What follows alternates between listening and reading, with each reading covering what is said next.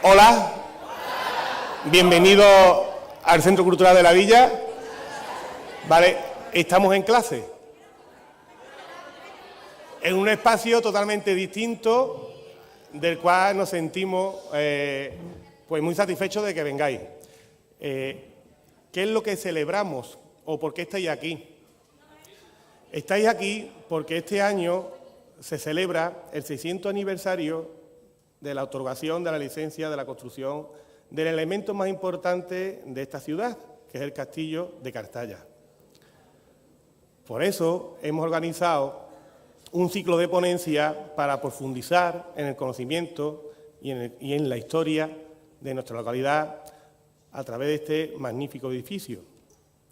Hoy estamos todos para poder disfrutar de una ponencia que, en primer lugar, tengo que darle las gracias a este señor que está aquí al lado mía, don José Román Delgado, porque ha sustituido, en el programa inicial estaba previsto que esta ponencia la diera Antonio Suardía, pero por problemas familiares no ha podido ser, y él, en el momento que se lo planteé, no tuvo duda en poder suplirlo, y desde aquí lo primero que quiero hacer es mostrar el agradecimiento. Como he dicho antes, celebramos el 600 aniversario. Hay que decir, por si ustedes no lo saben, que es la única fortaleza que aún se mantiene en pie de toda la costa de Huelva. Si aún os quedan dudas, de la importancia de este edificio, hay que decir que casi todas las poblaciones de la costa tuvieron castillos. Huelga decir que Ayamonte tuvo un gran castillo, que también lo tuvo La Redondela, que lo tuvo incluso Lepe, y en toda la costa hacia Cádiz también hubo otros castillos. El único que se mantiene es el nuestro. ¿Y por qué se mantiene? Se mantiene porque a lo largo de la historia se le ha dado uso.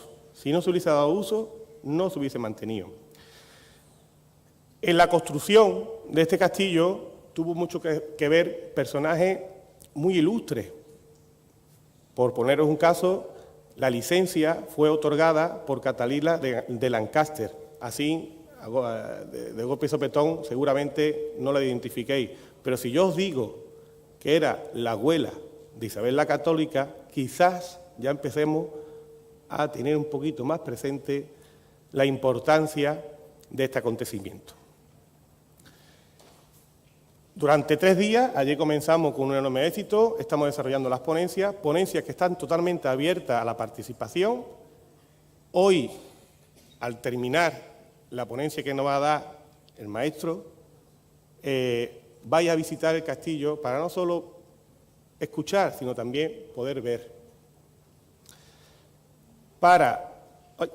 Me he equivocado. Todo el mundo se equivoca, ¿no? Se sigue equivocando. Me sigo equivocando. Bien. Cuando emprendimos la tarea de la celebración de este 600 aniversario, creamos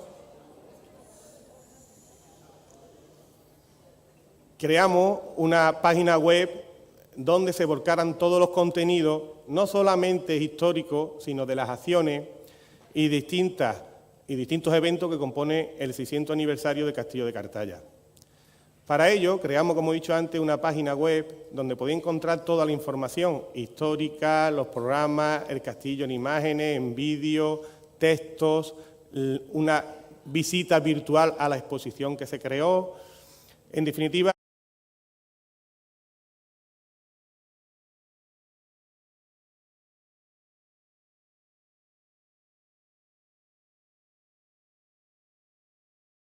es que si nos metemos en el apartado que hoy nos reúne, que son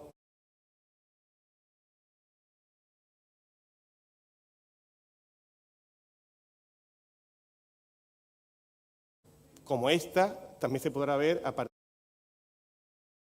o poneros un ejemplo, perdón.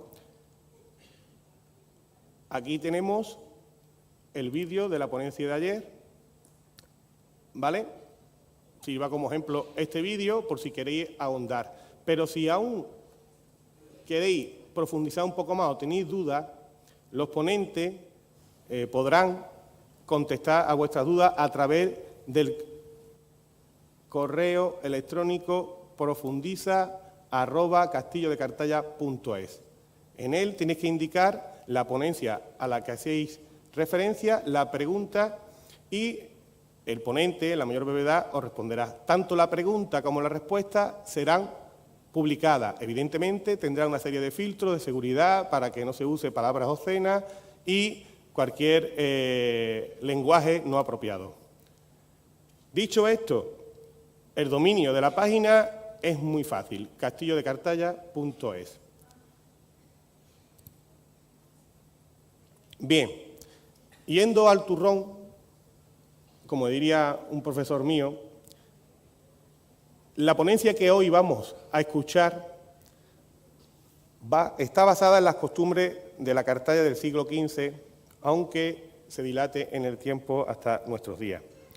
La época que tratamos, que va a tratar el profesor, está considerada por los grandes historiadores como una de las épocas más importantes porque se producen cambios estructurales tanto en la vida social como en la política. Estamos hablando del periodo bajo medieval y en la entrada a la época moderna. Estos cambios al final se plasman en los usos, en las costumbres, en los hábitos que nosotros, como ciudadanos, hemos vivido. Y esas costumbres y esos hábitos, muchos de ellos han llegado a nuestros días, otros han desaparecido. Seguro que durante la ponencia os llamará la atención algunas anécdotas porque damos por hecho ciertos aspectos que no son ciertos. Por poner un ejemplo, todo el mundo seguramente vinculará que en la época de cuando se construyó el Castillo, en el siglo XV, aquí todo el mundo comería patatas, chips, ¿no? Pues no, las patatas vienen un siglo y medio después, una vez descubierta el Nuevo Mundo y una vez que se han consolidado las distintas estructuras y vías de comunicación entre ambos continentes. Son las costumbres las que conforman nuestra idiosincrasia a lo largo de la historia. Esta intervención, como he dicho antes, trata de exponer los usos y las costumbres durante el periodo en el que se construyó el Castillo de Cartaya para que os haga una aproximación de cómo era Cartaya cuando se construye este castillo. Ahora paso a presentar a este señor que está aquí al lado mía, al cual yo considero, aparte de amigo, aparte de uno de los mejores historiadores, no solamente de nuestro pueblo, sino de la provincia de Huelva, lo considero uno de mis maestros. Y lo digo así porque este que os habla tiene como profesión ser gestor cultural y dirigir el área de cultura a nivel técnico, pero en su formación, muchos de ustedes estáis a punto de entrar en la universidad, pues soy licenciado en Historia. Una de las personas que me hizo amar la historia es este señor que está aquí al lado. Ya he agradecido el esfuerzo que ha hecho por suplir a Antonio Suerdía, un esfuerzo que no estará pagado. No estará pagado, sí, no estará pagado. Bueno, para mí es una de las personas más comprometidas con el patrimonio de nuestro municipio. Ha desarrollado toda su labor profesional como catedrático de profesor de bachillerato de Historia, del arte e Historia en general, sobre todo en el Rafael Reyes, muchos de ustedes provienen de allí. Fue uno de los miembros fundadores de una de las asociaciones más importantes a nivel cultural, desgraciadamente ya desaparecida, que fue la Asociación Cultural Cartella. De ella emanó muchos estudios de los cuales hoy nosotros nos podemos nutrir y gracias a ellos conocemos gran parte de nuestra historia. Ha sido autor de muchos artículos y muchas publicaciones. La mayoría de sus investigaciones se han volcado en el artículo que año tras año lo ha publicado a través de la revista de Feria.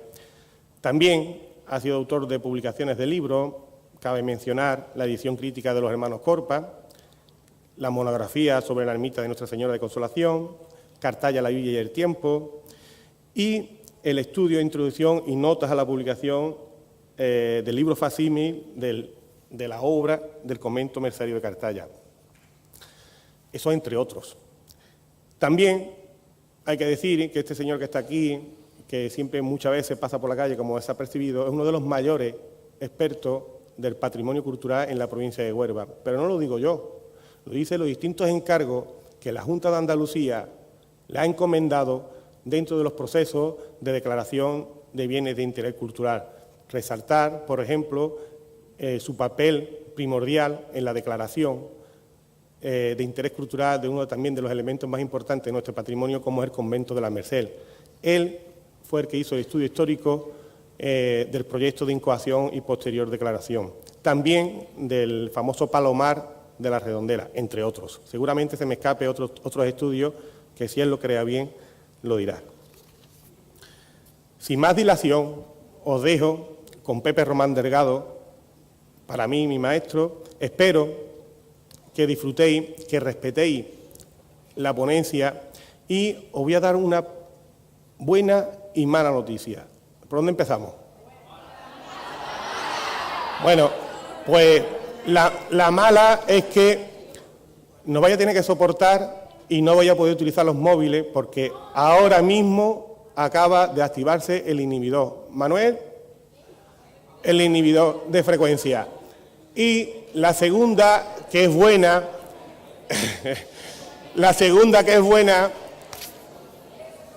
los inhibidores deberían de estar en el instituto. Aquí doy ideas a los equipos directivos. Tranquilizarse, que no os preocupéis porque todo el contenido lo tenéis en la página web, como he dicho. O sea, si os queda alguna duda, os podéis ir directamente a la página web y ver el resumen escrito o el vídeo con la intervención de don José Román Delgado. La buena noticia es que después tenemos una pequeña excursión, que nos vamos al castillo con unos guías en donde nos explicarán.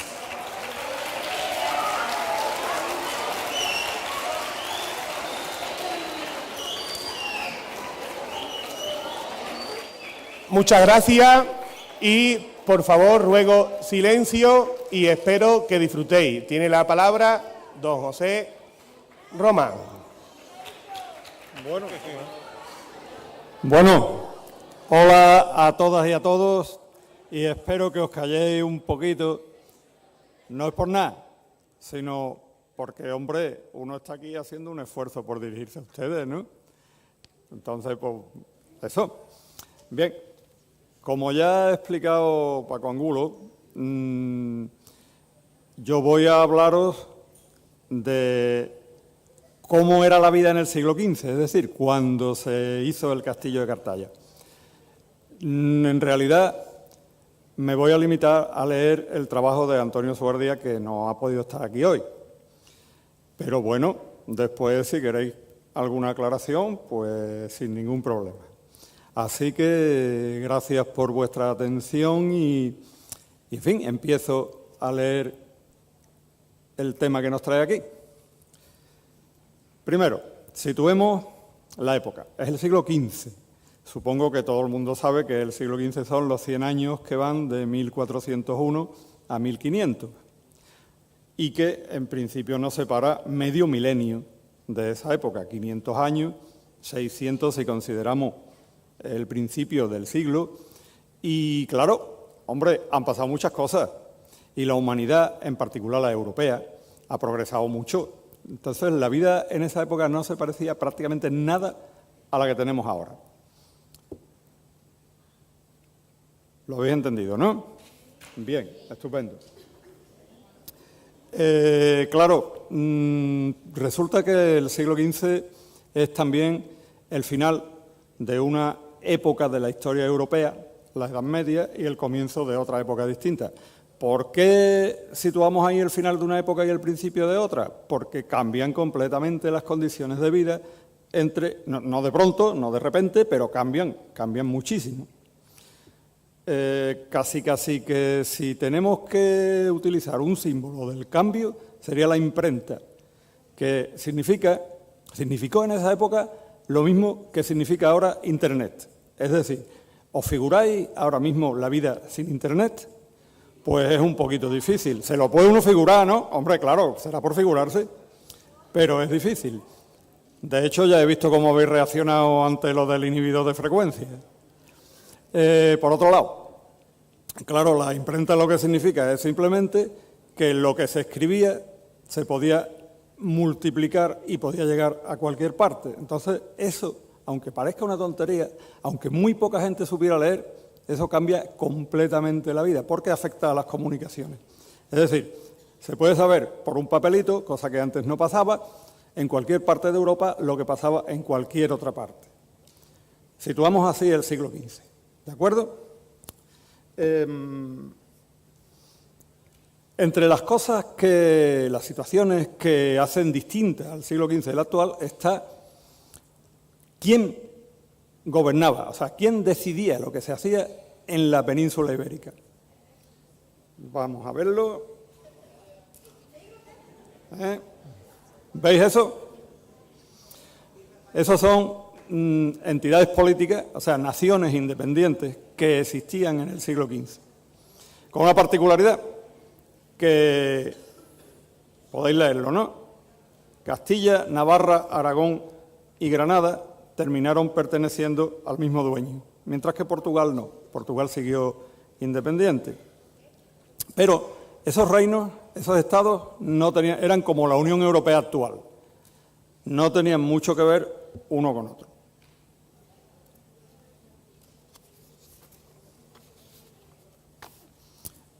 En ese contexto, quiero decir, en ese marco, dentro de esto que estamos hablando, ¿por qué se construyó en Cartaya a partir de 1417 un castillo? Eso que podéis ver ahí es Sevilla, que era en esos momentos y sería después la principal ciudad de Europa, la más rica, la más activa comercialmente y también industrialmente. Por eso hemos puesto aquí esta diapositiva, para que veáis cómo era la actividad comercial en un puerto que ahora, francamente, no tiene mucha, no es un puerto de importancia ni siquiera a nivel nacional. Bien, pues en esa Sevilla había dos linajes, dos casas nobles, dos familias poderosas, que se estaban en realidad disputando casi el control de la ciudad. Se trataba de los Guzmanes, cuyo escudo de armas eran dos calderas, que significa que aportaban comida a las arcas reales, es decir, al dinero público, y los Estúñiga o Zúñiga, cuyo símbolo era una banda negra que cruza el escudo. Esas dos familias tenían propiedades, es decir, señoríos, por toda España, pero en particular en lo que nos interesa a nosotros, en lo que es actualmente la provincia de Huelva, en el suroeste, los Guzmanes controlaban el señorío de Ayamonte, que llegaba hasta el río Piedra, desde el Guadiana al Piedra, y los Zúñiga controlaban el señorío de Gibraleón, que llegaba desde el río Odiel hasta el Piedras. Estas dos familias entre sí además, pero enemigas, o sea, odiándose entre sí como solo se pueden odiar las familias, originaron auténticas guerras, incluso guerras urbanas dentro de la propia ciudad de Sevilla. En ese contexto, el marqués de Ayamonte, tenía una barca por la que cobraba el barcazgo, es decir, por la que cobraba dinero por usarla para pasar el río Piedra, por lo que ahora es la carretera y donde está actualmente el puente de la Barca, que por eso se llama así. Entonces, el otro señor que controlaba esta orilla pensó que él también tenía derecho a percibir parte de ese dinero. También pensó que esto era una tierra inculta y deshabitada y era fértil, es decir, podía producir. También pensó que aquí se cruzaban varios caminos, el que venía de la sierra a la costa y el camino real, desde Sevilla hasta Ayamonte. Entonces podía tener cierta renta si controlaba el cruce de camino. Por todas esas razones, ¿qué se le ocurrió hacer?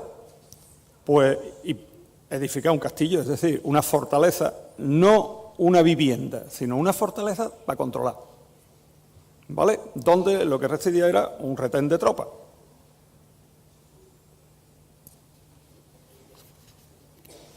¿Está entendido por qué se hizo el castillo? Vale.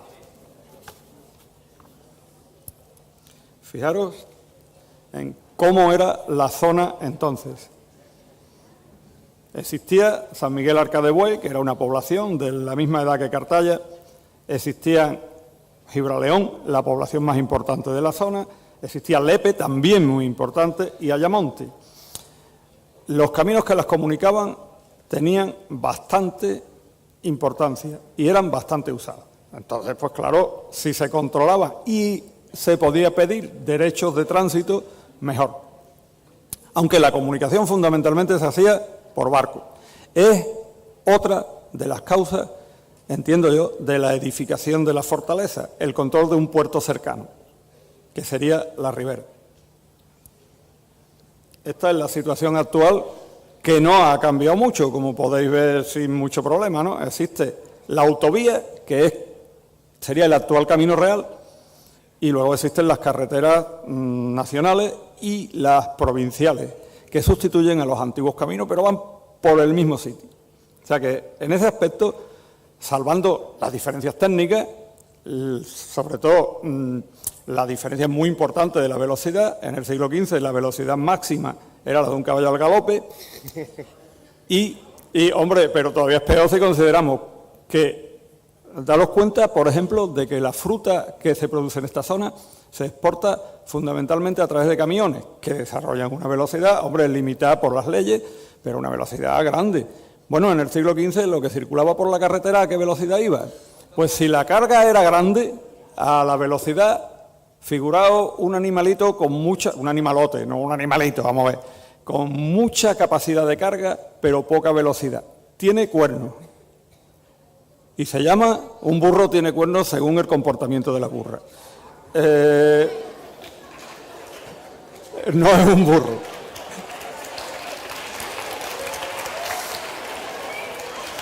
A ver, ya vale. La máxima velocidad posible de un carro bien cargado era la de un buey. Entonces, esa es una velocidad muy lenta. Por lo tanto, las comunicaciones por carretera para transporte de mercancías no valían mucho. Era preferible la comunicación por mar, lo cual relativiza un poco la importancia del castillo como control de vías de comunicación. Bueno, pues se hizo el castillo. Vamos a ver un poquito cómo era, ¿vale? Fijaros, ¿veis que hay dos rectángulos concéntricos, es decir, uno alrededor del otro? Pues lo que se conserva actualmente es el rectángulo central, es decir, el núcleo de la edificación, que es en sí la fortaleza.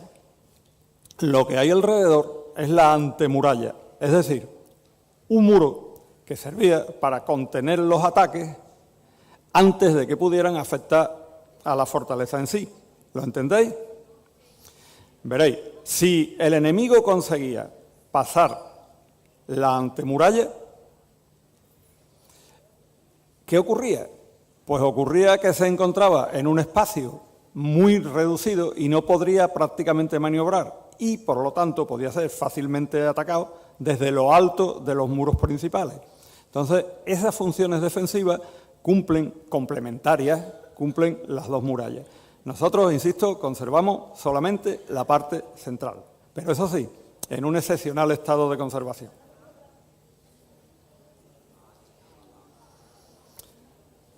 ¿De qué está hecho el castillo? Todo el mundo lo sabe, creo, ¿no? Bueno,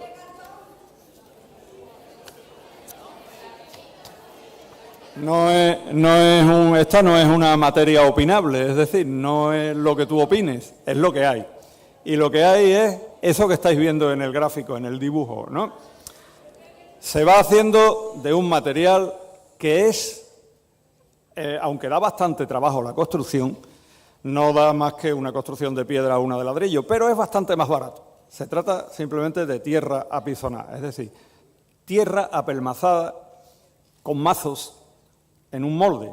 Entonces se van haciendo progresivamente, o sea, sobre una base de piedra, que es lo que veis abajo, ¿no? Se van haciendo cajones, un encofrado, es lo que sigue siendo ahora mismo la técnica de construcción con hormigón, un encofrado de madera. Hay una primera línea de encofrado, se rellena de tierra, se apizona y se hace la siguiente. Claro, la siguiente está ya a una altura superior a la del ser humano. Entonces, ¿cómo se lleva la tierra? ¿Cómo se monta el segundo cajón o el tercero? ¿Cómo se lleva la tierra? ¿Cómo se apizona? Pues haciendo un andamio desmontable. Los andamios van montados sobre unos troncos que entran en la construcción anterior, cuyo hueco queda después. Los podemos ver ahí veis claramente cómo es, ¿no? Bueno, pues esa construcción de barro y restos cerámicos y guijarros y tal, es mucho más resistente de lo que parece. Tenemos una prueba. ¿Cuál es la prueba de que esa construcción es muy resistente? El castillo, el propio castillo, 600 años. Y ahí está. No.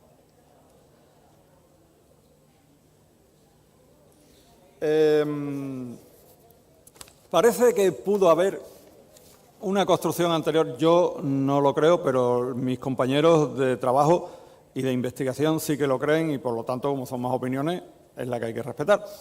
Que hubo una construcción anterior. Bueno, ¿por qué parece que hubo una construcción anterior? ¿Os fijáis en esta foto? A ver si, hombre, supongo que sois capaces de ver que hay una torre grande que se comió a una torre más chica, ¿no? ¿Lo veis, no? Sí, veréis. ¿Dónde está el ratón? Ahí, espérate. Sí, ahí está. Bueno, aquí tenemos el ratón. Fijaros en esta construcción de aquí, lisa, o sea, de paredes lisas, ¿no? Y esto que está rodeándola, que es claramente de otro material. Bueno, pues hay dos explicaciones para esto. Indudablemente, aquí hay una torre anterior. Ahora bien, hay dos explicaciones. Una, esta torre existía ya antes de que se hiciera el resto del castillo. Dos, esta torre se hizo con el resto del castillo, pero en un momento determinado se pensó que la torre que defendía la puerta, que está aquí, vamos a llamar la torre portera, bueno, pues a la torre portera había que reforzarla, y entonces se reforzó. Son dos hipótesis igualmente válidas. Ocurre que una vez hecho el castillo, que es una inversión muy grande, muy seria, bueno, os voy a volver a la torre para que la miréis bien mirad, porque ya no se puede ver. ¿Por qué no se puede ver? Porque la restauración última la ha cubierto. Entonces lo que vemos ahora es una construcción actual, que francamente pues no tiene ningún mérito. Bien, este hombre, el señor de Gibraleón, pensó que, bueno, que una vez hecho este esfuerzo, casi que merecía la pena repoblar. ¿Qué quiere decir repoblar? Pues es un territorio que estuvo poblado antes, ¿no? Pero que había perdido la población. Entonces convenía que vinieran inmigrantes para hacer rentable la tierra.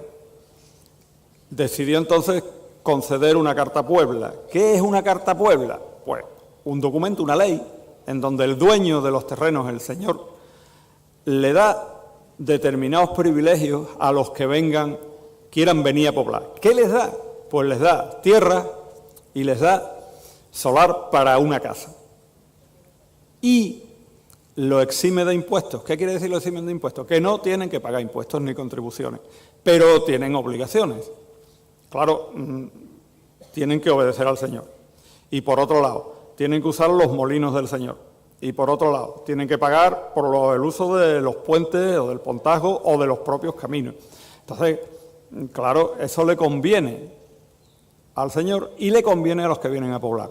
Entonces, eso es una Carta Puebla. Esa Carta Puebla se le concedió a Cartaya, o sea, al territorio que ahora mismo es Cartaya, que era campo, ¿no?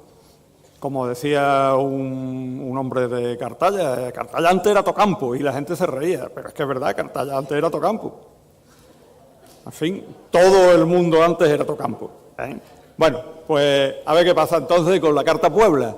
Tuvo éxito, vino mucha gente, pues parece que hay dos etapas. Una primera en la que empezó a venir gente y el señor vio que era rentable y concedió prórrogas sucesivas a esa Carta Puebla. Y entonces, pues claro, unas segundas partes en donde la población creció extraordinariamente, de manera que 100 años después de la fecha que conmemoramos, es decir, hace 500 años, esto era una población próspera que podía casi competir con la capital, que era Gibraleón, e incluso con la ciudad más poblada y cercana, Lepe.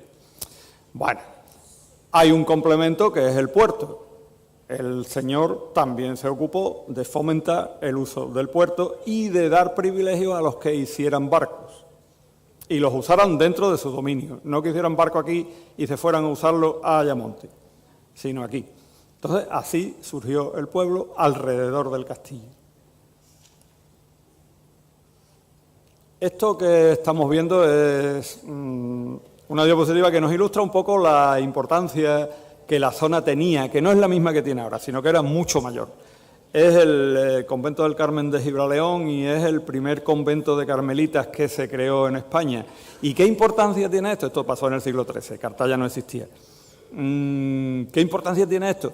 Hombre, porque veréis, lo que ahora son las órdenes monásticas, que son frailes y monjas, ahora mismo no tienen ninguna importancia, pero en el siglo XV sí que la tenían. Eran los que difundían ideas y, por lo tanto, los que gobernaban la mentalidad de la gente. Eran la televisión. Hombre, hablando figuradamente, claro. Lo que diga ahora la televisión, todo el mundo se lo cree. Y, desde luego, las redes sociales, que ahora mismo empiezan a ser más importantes que la televisión. Bien, pues lo que decía entonces la Iglesia, es decir, los estamentos eclesiásticos, curas, monjas, etcétera, como se sigue diciendo, iba a misa. Quiere decir que todo el mundo se lo creía. Entonces, eso es el gobierno de la mente, que es absolutamente imprescindible.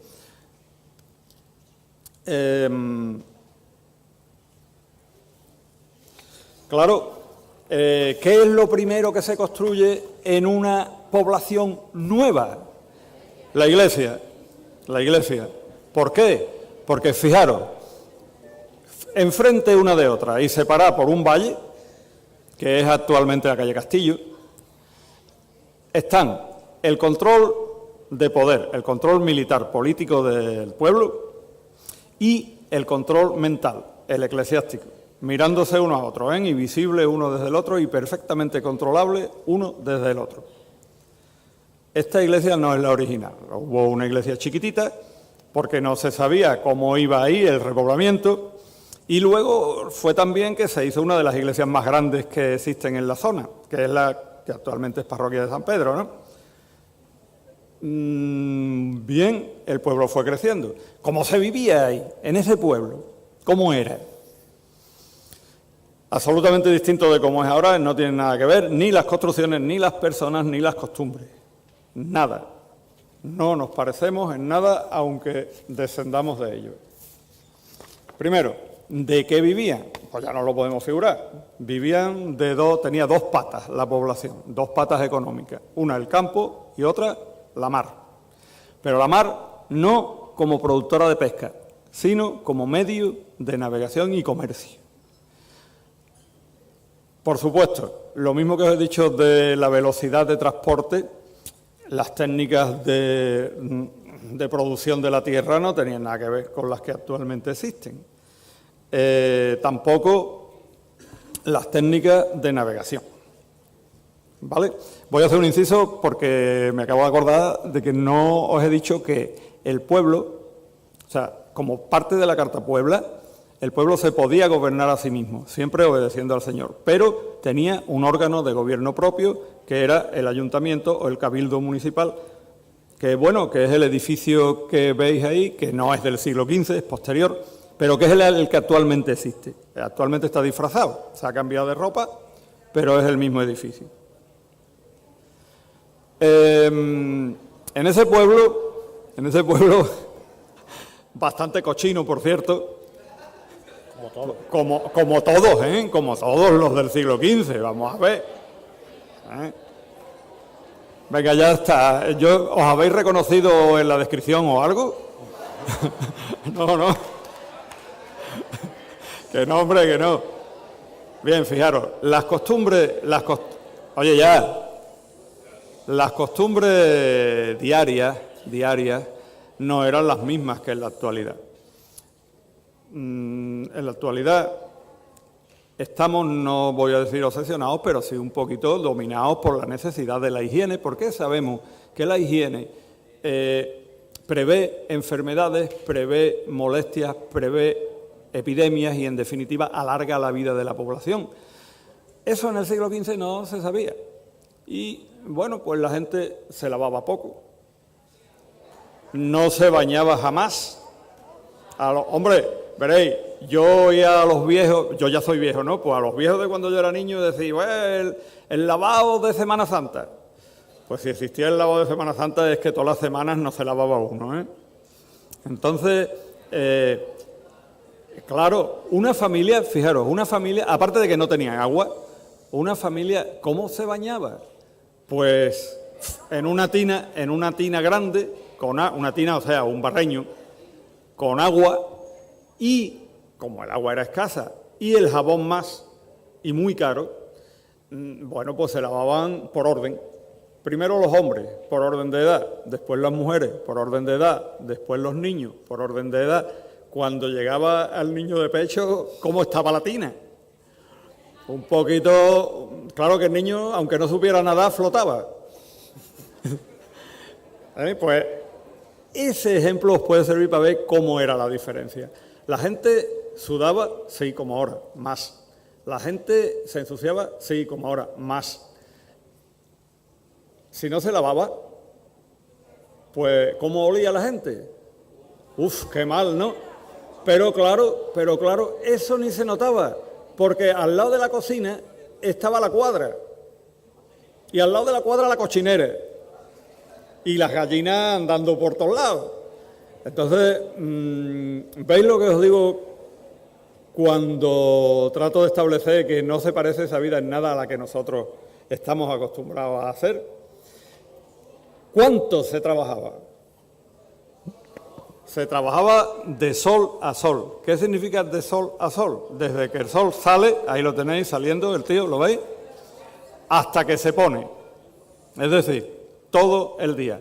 Porque lo que se ganaba dependía de lo que se trabajaba y no había ningún tipo de seguridad, ni en el trabajo, ni nada. Cuando alguien se ponía enfermo, se tenía que aguantar. Y cuando alguien tenía un accidente, por ejemplo, se le rompía un brazo o una pierna, se tenía que aguantar. El dolor, ahí, a tope. Y la solución, si la había, pues vale, y si no, pues te aguanta. Se podía quedar inútil para toda la vida con 20 años, por ejemplo. Distinto completamente, ¿vale? No podía ir ni al hospital ni al médico, no había tal médico. Nada, fuera. Podía, hombre, había una solución que nos sirve para enlazar con lo que hablábamos antes. Se podía rezar muchísimo. Y se podía tratar de conseguir que Dios fuera bueno y la Virgen y tal, ¿no? Y todas esas figuras que en realidad son imaginarias, pues todas esas figuras, ¿no? Ahora bien, eso costaba dinero, porque la Iglesia cobraba por su servicio. Entonces, tiraras por donde tiraras, si te pasaba una desgracia, te aguantabas, ya está. Las técnicas de trabajo, ¿cómo eran las técnicas de trabajo? Hombre, pues ahí lo veis, un arao, con un mulo animalito, el mulo es el de delante, y detrás un hombre, ¿vale? ¿Cómo era el arao? Fijaros en el arao, fijaros aquí, mire, aquí, esto es el arao. Bueno, el arao es el conjunto, esto es la reja. ¿Y qué es eso? Un pincho de hierro, y se acabó. Entonces, eso permitía abrir un surco muy estrecho y se tardaba mucho tiempo y la simiente podía germinar o no, porque sabéis que la simiente para que germine hay que echarle tierra encima y este tipo de arao abre el surco pero no echa tierra encima. Hay que esperar al arao de vertedera, que es una cosa mucho más elaborada. Entonces la producción por hectárea era muy baja. ¿Qué pasaba con las desgracias naturales? Ahora mismo ya sabéis, ¿no? Siguen existiendo las desgracias naturales, no más que entonces, pero claro, ahora mismo hay seguros, el Estado subvenciona muchas veces, en fin, que las desgracias naturales tienen un cierto pasar. Cuando pasaba una desgracia natural como esta, ¿la veis? Esta desgracia natural, ¿la veis? Un rayo. ¿A quién se le echaba la culpa? O sea, ¿qué se pensaba que originaba al rayo? Bueno, en este caso ya estamos en un país cristiano, Dios. ¿Pero por qué? Dice, hombre, es un castigo, algo habremos hecho. Entonces el rayo, aparte del daño físico que hacía además un daño psicológico. Es decir, la gente se pensaba que había hecho algo malo y tenía una conciencia de culpa extraordinaria. Mejor para la iglesia. ¿Cómo eran las casas? El espacio donde se vivía. No penséis en nada que se parezca a las casas actuales ni de lejos. Aunque nuestras casas actuales, muchas de ellas, tienen paredes que son de esa época todavía porque estaban bien hechas y porque es más barato reformar que construir de nuevo. Las casas eran pues, lo que aquí llamamos un cuerpo de casa, es decir, un espacio similar a este donde, a ver si encuentro el cursor. No lo encuentro. Bueno, da igual. Donde se hacía todo. Bueno, todo exactamente no. A ver, se comía, se dormía, todos juntos, padres, hijos, abuelos, todos juntos. Y si era necesario, también se metía dentro de la casa el cochino y el burro, porque, hombre, si no tenían una cuadrita medianamente techada, pues no se podía. ¿Y dónde se hacían las necesidades animales y humanas del descomer?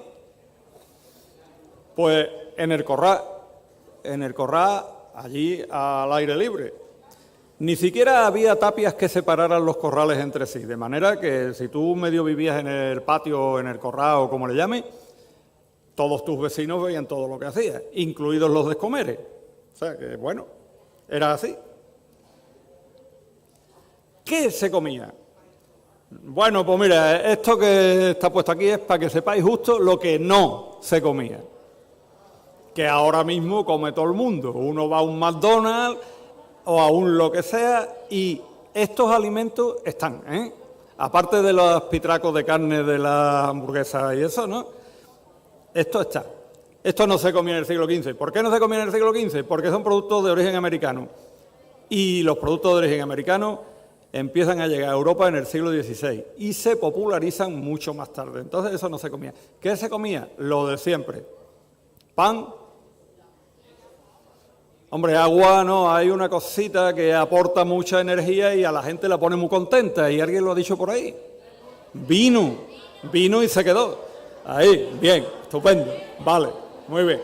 Y falta un tercer elemento fundamental porque aporta bastante energía también y hace que se puedan comer alimentos que crudos serían dañinos. ¿Cómo se llama? Aceite, bien por la señora, aceite.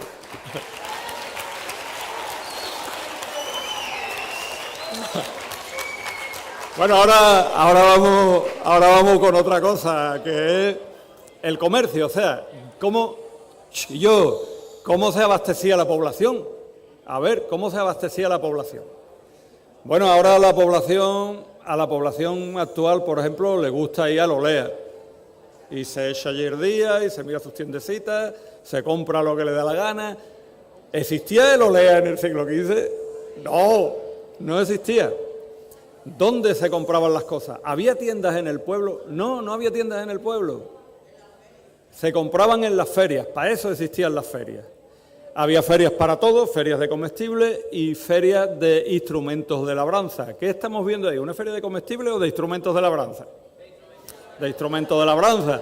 Esto sería el equivalente a una feria en la que se venden tractores y aperos de labranza. Esto es la Feria de Gibraleón, creo que lo veis ahí, ¿no? La Feria de Gibraleón, pero no en el siglo XV, ya en el siglo XIX. ¿Cómo se vestía la gente?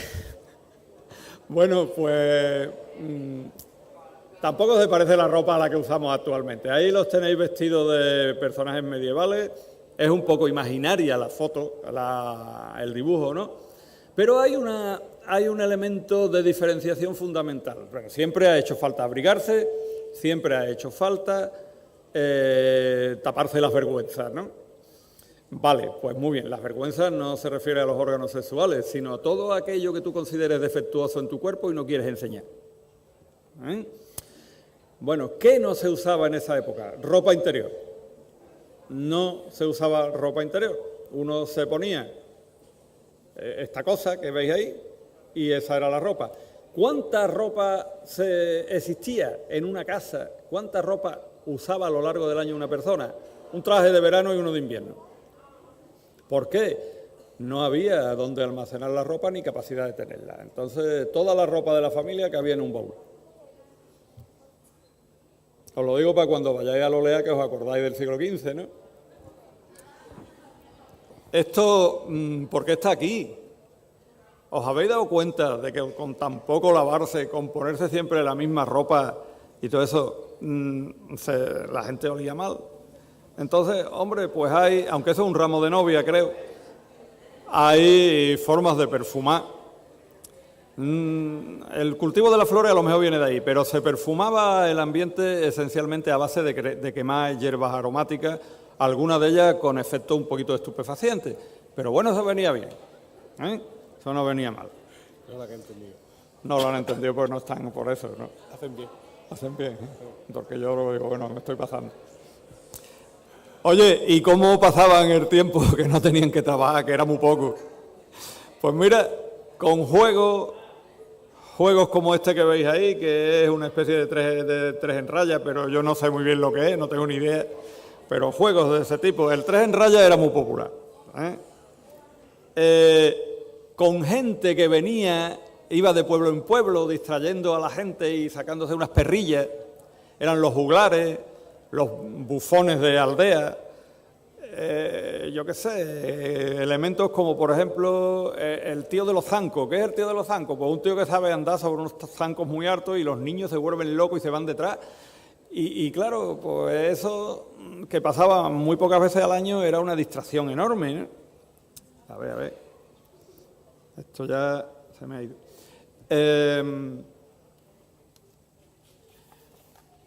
Vamos a ver ahora, porque me he pasado 3 pueblos en esta cuestión de controlar los papeles, porque me lo sé.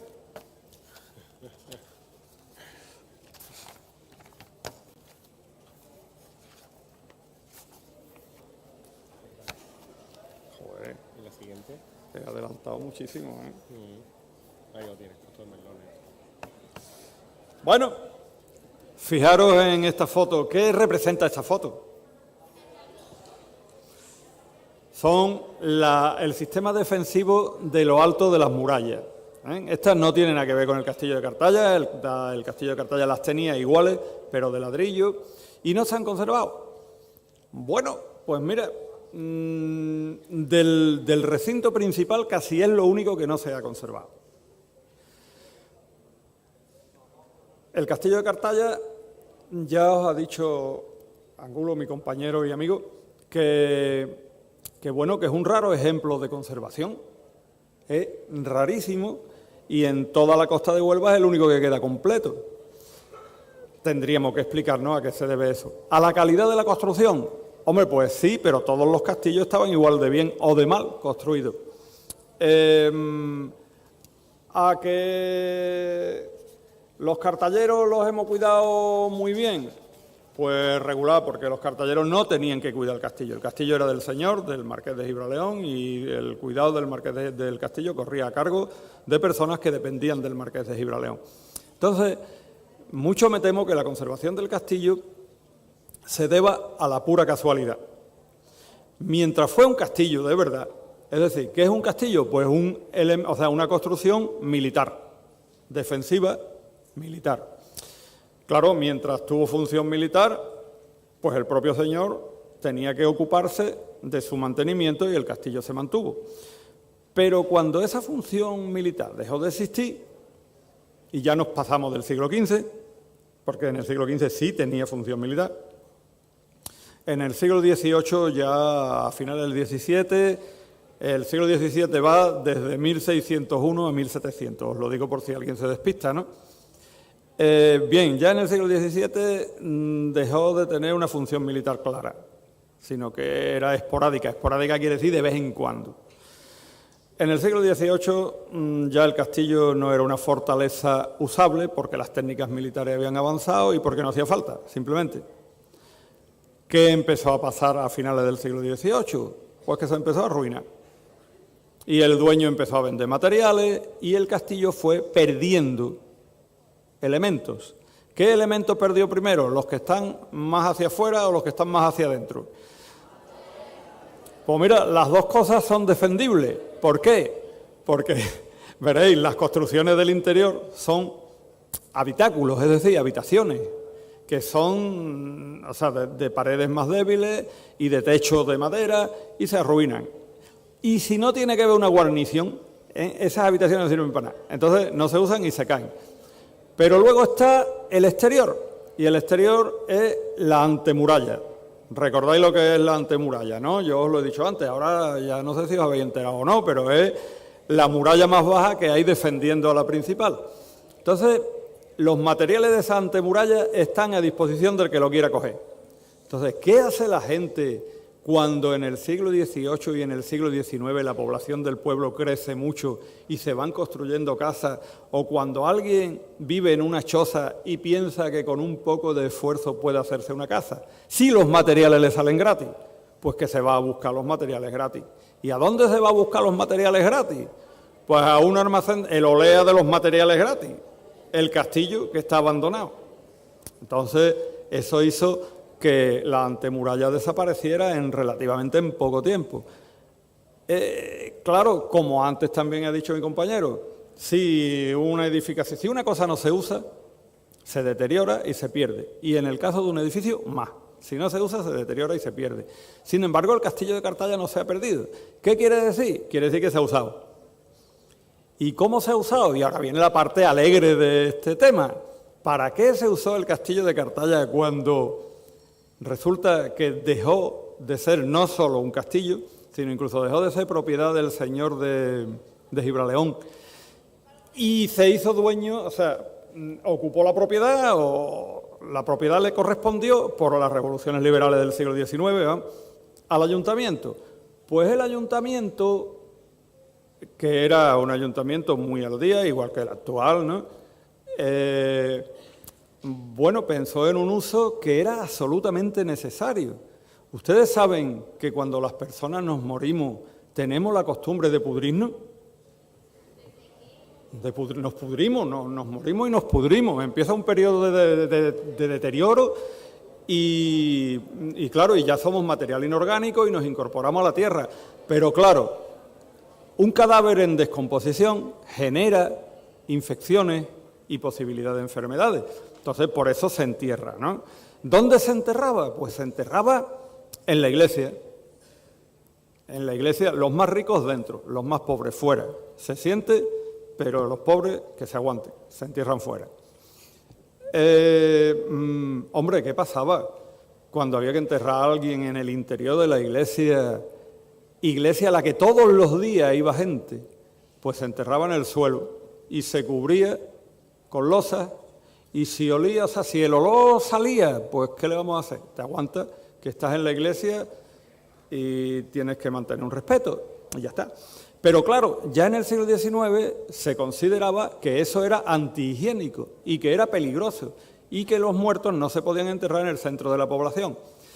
¿Qué edificio se le puso a tiro al ayuntamiento de Cartaya a principios del siglo XIX? Hombre, un edificio perfectamente separado del resto, ventilado y que está en la mismísima población, se llama castillo.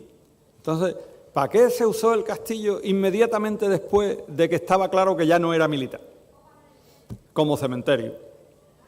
Entonces se usó, pues me parece que era entre 1814 y 1872, o sea, un montón de años, como cementerio. Luego se pensó, porque ya era insuficiente, ya no cabía en el castillo, la población creció mucho en el siglo XIX y ya se hizo un cementerio en las afueras de la población, Y, a ver, donde ahora hay un polígono industrial que creo que se llama Polígono Villa Julia, vamos, al lado del Instituto Rafael Reyes. Bien, se hizo ese cementerio ahí, se desalojaron los restos mortales que quedaban, los huesos que quedaban en el castillo, y el castillo se quedó otra vez sin uso. Entonces amenazó otra vez ruina.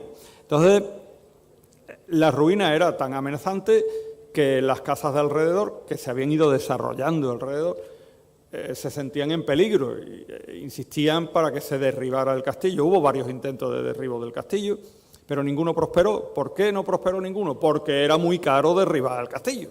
Entonces, era más barato recalzar, es decir, fortalecer y asegurar las partes que amenazaban más ruina que eso. Entonces, ese proceso y esas causas, luego el castillo se ha usado como almacén en diversas circunstancias y tal, pero esas son las causas y la explicación de que el castillo de Cartaya se haya mantenido.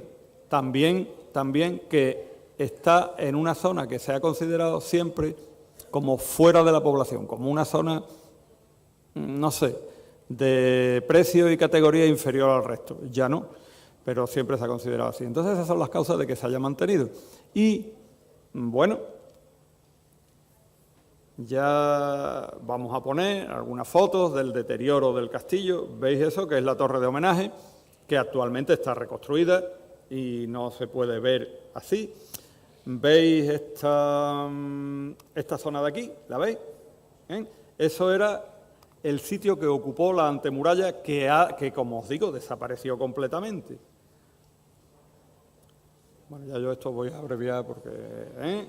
Fijaros en cómo era el castillo, esta magnífica maqueta que es una obra de arte. Fijaros en lo que era la antemuralla, esta de aquí, y la muralla en sí. Y ese espacio que os decía, que va por aquí detrás, estrechito, por donde si el enemigo conseguía subir aquí y pasar a este interior, se le atacaba desde aquí arriba. Entonces, el sistema de defensa, de hecho, el castillo, bueno, no fue atacado nada más que una vez. Por cierto, fue atacado por los portugueses. Y bueno, sin consecuencias. Aquí tenéis una planta del castillo con una idea de edificación, lo que está en amarillo, que no se realizó. O sea, cuando ya el castillo estaba dejando de tener función militar y se pensó que, bueno, que para cuartel, ¿no? Pero que no se llevó a cabo y ya estaba claro que la edificación no servía. Y así estaba el castillo hace 100 años. Es la foto más antigua, ¿no? Es la foto más antigua que se conserva. Si os dais cuenta, pues bueno, hace 100 años ya tampoco, o sea, no era ni cementerio, era una pura ruina. Fijaros, no tenía ni puerta. No tenía ni puerta. Este que está aquí, pues es un hombre que no tendría nada que hacer. Y se puso ahí para la foto, porque, Siempre hay jubilado. hombre, siempre hay, además, hace un siglo, pues hacerse una foto no era una cosa normal. La última cuestión en la conservación del castillo, de esta fortaleza del siglo XV, de la que debemos estar absolutamente orgullosos, es: ¿se han hecho esfuerzos por conservarla y, sobre todo, recuperarla? Pues sí, se han hecho. Aquí tenéis un poquito la lista, ¿no? La primera iniciativa no es local, o sea, no es de los cartalleros ni de Cartaya, es del Estado, que en 1949 declara que todos los castillos son monumentos y hay que conservarlos. Incluso la segunda fecha, ¿no? La segunda iniciativa, que consiste en derribar las casas que se habían ido adosando, pegando a las murallas del castillo, sobre todo a la antemuralla. A la muralla no se pegaron nunca. A la antemuralla, bueno, eso había que irlo comprando y derribando. Eso lo empezó el propio ayuntamiento en 1977. Esta tercera fecha, 1982, ¿por qué es importante? Pues mira, porque también el Estado, no el ayuntamiento, creó un programa de conmemoración del 500 aniversario, o sea, del 5º centenario de la Unidad de España. Y en ese programa, cuyo desarrollo se encomendó a las diputaciones provinciales, se incluyó el castillo de Cartaya, se incluyó la primera restauración del castillo de Cartaya. Entonces, eso, que es una ley y tarda años en aplicarse, se empezó a aplicar en 1985 y en 1985 se derribaron los restos de almacenes que había dentro de la muralla y se hicieron las obras de restauración que ahora se ven en el interior de la fortaleza. Es decir, tal como está el patio no es una forma de hablar, quiero decir, tal como está el patio del castillo. Es el resultado de la restauración de 1985. Después, hay una segunda fase que ya estaba prevista, que es la actuación, es decir, la reconstrucción de los exteriores. Y es la más importante porque es la más visible, es la que se ve de lejos, que le da al edificio el aspecto de relativamente nuevo que tiene actualmente. La última, ahí veis, bueno, esto no, la última fase de restauración es no rehacer, porque eso no se hace, sino conservar los espacios, el volumen de la antigua antemuralla. Eso es el paseo que se puede hacer alrededor del castillo y que tiene unas barandas de acero inoxidable, ¿no? ¿Por qué se ha hecho así de acero inoxidable que no tiene nada que ver y tal? Pues recordando que eso no es original, sino que simplemente se conserva ese espacio. Lo más importante, y ya acabamos este asunto, oye, que como ya se ha dicho repetidamente, para que un edificio se conserve hay que usarlo. Entonces, ¿para qué se usa? Bueno, pues cuando se planteó la restauración a cargo de la Diputación por el centenario de la Unidad de España, se exigió que el ayuntamiento dijera a qué uso lo iba a destinar. Entonces el ayuntamiento pues, dijo, bueno, pues a usos culturales, así en general, entonces a eso se destina. Que se use más o que se use menos es cuestión de política municipal y de disponibilidad de dinero, ¿verdad? Y ya está. Con esto yo termino y os vais a ver el castillo in situ. ¡Oh! ¡Gracias! Este es el campeón.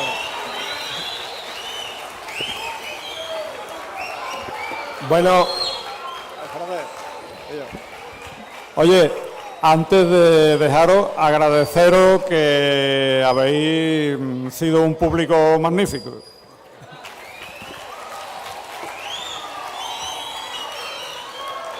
Bueno, muchas gracias, Pepe. Ahora vamos a dividirnos en grupos. Perdón. Hola, buenos días.